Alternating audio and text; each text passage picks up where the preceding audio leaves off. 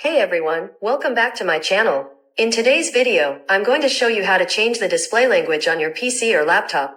Normally, I wouldn't change my display language, but for the sake of this video, I'll be using French as an example. So, let's get started. First, click the Start button at the bottom left of your screen. Next, click on Settings. Then, select Time and Language.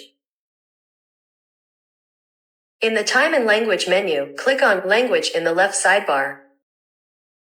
Under Preferred Languages, you'll see the language you currently have set. Click Add a Language to add a new one. Type the name of the language you want to add, in this case, French, and press Enter.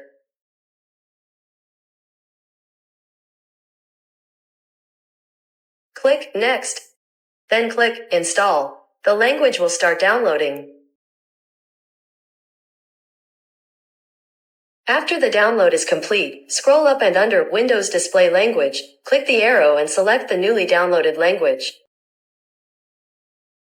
You'll be prompted to sign out to apply the changes. If you want to switch immediately, click Yes, sign out now.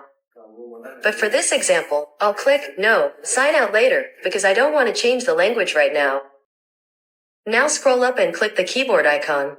Then, under Override for default input method, click the arrow and select the language you downloaded. And that's it. That's how you change the display language on your PC or laptop. If you found this video helpful, please give it a thumbs up, leave a comment if you have any questions, and don't forget to subscribe for more tutorials. Thanks for watching, and I'll see you in the next video.